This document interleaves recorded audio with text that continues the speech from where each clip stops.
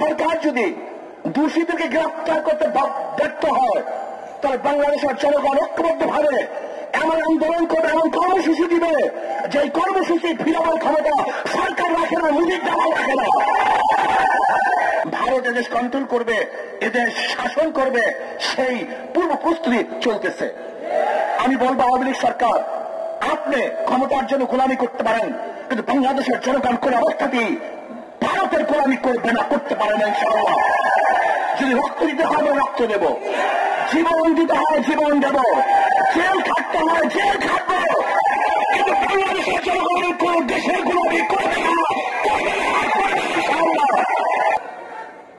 আজকে কি দেখেছি, হিন্দু পণ্ডিতরা বক্তব্য দিচ্ছে যে 20-30টা তলোয়ার নিয়ে 100 তলোয়ার নিয়ে যদি দাঁড়িয়ে যাওয়া হয়, শোনেন বক্তব্য কেন, এর কারণটা কোথায়? বাংলাদেশ কখনো কোনো অবস্থাতেই সাম্প্রদায়িক সৌহার্দ্যতা বিনষ্ট হয় নাই, আমরা হতে যেতে পারি না। আজকে ভারতে নির্বাচন চলছে, সব মোদির কারসাজি, আমি মনে করি এটা সব ইসকনের কারসাজি। এদেশের সাম্প্রদায়িক দাঙ্গার ভিত্তিতে ওই দেশে তারা ভোট ক্যারি করার এইটার ষড়যন্ত্র আওতায় নিয়ে আসছে।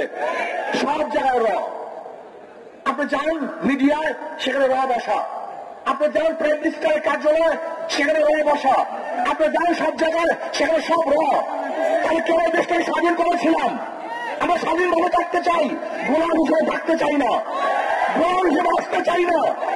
বাঁচবো তো বাঘের মতো একদিন বাঁচবো, শিয়ালের মতো বাঁচতে চাই না।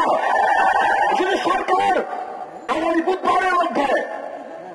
বুধবারের মতো সরকার যদি দোষীদেরকে গ্রেফতার করতে ব্যর্থ হয়, তাহলে বাংলাদেশের জনগণ ঐক্যবদ্ধভাবে এমন আন্দোলন করবে, এমন কর্মসূচি দিবে যে কর্মসূচি ফিরাবার ক্ষমতা সরকার রাখে না, মুজিব জামাল রাখে না। আমি মনে করি এই সরকার জনগণের সরকার নয়, বর্তমান সরকার আওয়ামী লীগ সরকার মোদী কর্তৃক নিয়োজিত সরকার। কাজে মোদী কর্তৃক নিয়োজিত সরকার বাংলাদেশের জনগণ দেখতে চায় না, দেখবে না ইনশাআল্লাহ। আজকে শিক্ষার ব্যবস্থার অবস্থা দেখেন, কালকে রাত্রে দেখলাম সেখানে বিভিন্ন পূজা অর্চনার কথা নিয়ে আসা হয়েছে।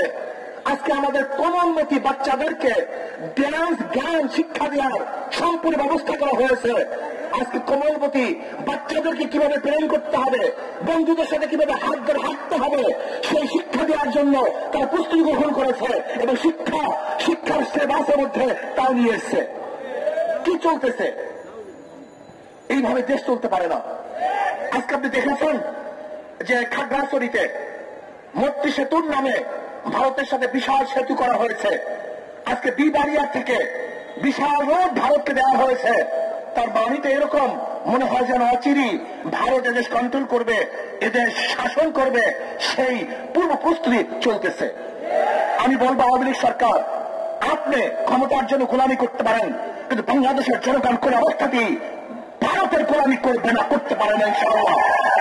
যদি রক্ত দিতে হয় রক্ত দেব, জীবন দিতে হয় জীবন দেব, জেল খাটতে হয় জেল খাটবো, কিন্তু বাংলাদেশের জনগণের কোন দেশের গোলামি করবে না, ইনশাআল্লাহ। আমরা পাকিস্তান থেকে স্বাধীন হয়েছি, তার আগে ভারত থেকে স্বাধীন হয়েছে। প্রয়োজনে এই স্বাধীনতা রক্ষা করার জন্য আরেকবার ইনশাআল্লাহ আন্দোলন করব, সংগ্রাম করব, এই বাংলা সরকার উৎখাত কবুল করবে ইনশাআল্লাহ। কাজে যদি আগামী বুধবারের মধ্যে দোষীদেরকে গ্রেফতার করতে সরকার ব্যর্থ হয়, আগামী শুক্রবার বাংলাদেশের প্রত্যেকটা জেলায় এবং প্রত্যেকটা মহানগরী ইসলামী আন্দোলন বাংলাদেশ জনগণকে সাথে নিয়ে বিক্ষোভ মিছিল প্রদর্শন করবে ইনশাআল্লাহ। আর যদি এরপরে সরকার ব্যর্থ হয়, তাহলে পরবর্তীতে এমন কর্মসূচি দেব ইনশাআল্লাহ। বাংলাদেশের জনগণ এই ইস্যুতে রাস্তায় নামবে এবং দোষীদেরকে গ্রেফতারের জন্য সরকারকে বাধ্য করবে এবং অবৈধ সরকারকে বিদায় করতে বাধ্য করবে ইনশাআল্লাহ। আল্লাহ আমাকে এবং আমাদের সবাইকে এই মিছিলে অংশগ্রহণ